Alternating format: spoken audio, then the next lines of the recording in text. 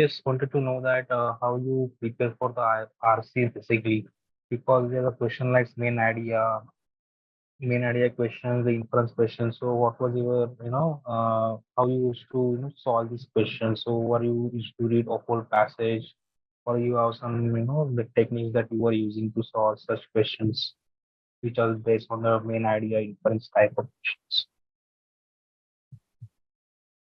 So, like to solve main purpose question, like what I used to do, I got it from a video that I saw on YouTube, free video.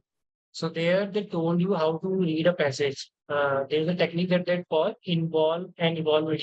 So what it says is first get interested in that particular topic, whatever it could be. It could be about science, it could be about political science. In GMAT, it's usually about 90s, 50s era, like the industrial revolution or women's empowerment and these kind of topics. So you will find these kind of topics majorly in that the GMAT.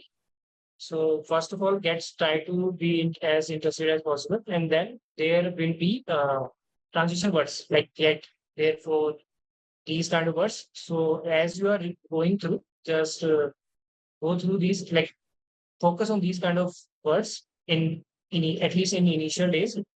These will help you to identify the wherever the idea is changing, and wherever the idea is changing, that's the spot that will give you main idea of that particular paragraph or the whole passage. That is one. You need to practice this particular technique. And second one, what Simpson has already told, like in majority of the time, main purpose will be either in the first paragraph or the second paragraph or the last paragraph. Again, so if you are keeping these two things in mind and you are practicing, then it should be good enough. And to develop this particular practice and get score good in RCs, you will need time. In RCs, you need to practice a lot, then only you can increase your score. Unlike critical reasoning and sentence correction, in RCs, you need to practice a lot.